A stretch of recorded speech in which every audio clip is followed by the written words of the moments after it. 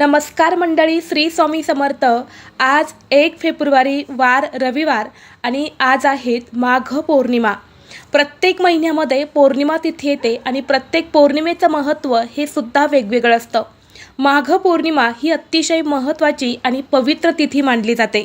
या दिवशी भगवान श्रीहरी विष्णूंनी मत्स्य अवतार घेतला होता। त्यामुळे आपल्याला आज भगवान विष्णू आणि माता लक्ष्मीची पूजा करायची आहे। या दिवशी माता लक्ष्मी व सर्व देवी देवता हे पृथ्वीवरती भ्रमण करत असतात। ज्या घरात उपाय सेवा केल्या जातात तर त्या उपायांचं त्या सेवेचं सर्व देवी देवता आपल्याला 32 पटीने फळ देत असतात। म्हणून या पौर्णिमेला 32सी पौर्णिमा असे म्हणतात। आणि म्हणून आपल्याला आज या माघ पौर्णिमेला संध्याकाळी घरात एक अतिशय प्रभावी असा उपाय करायचा आहे। संध्याकाळी आपल्याला घरात कापुरासोबत ही एक वस्तू जाळायची आहे।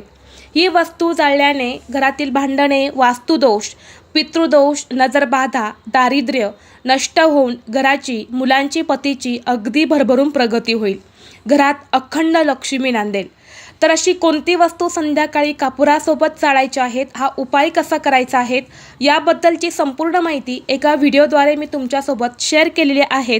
तो व्हिडिओ पाहण्यासाठी या व्हिडिओच्या खाली जो छोटा त्रिकोण दिसत आहे त्या त्रिकोणावरती तुम्ही क्लिक करा, म्हणजे योग्य ती माहिती तुमच्यापर्यंत येईल। धन्यवाद।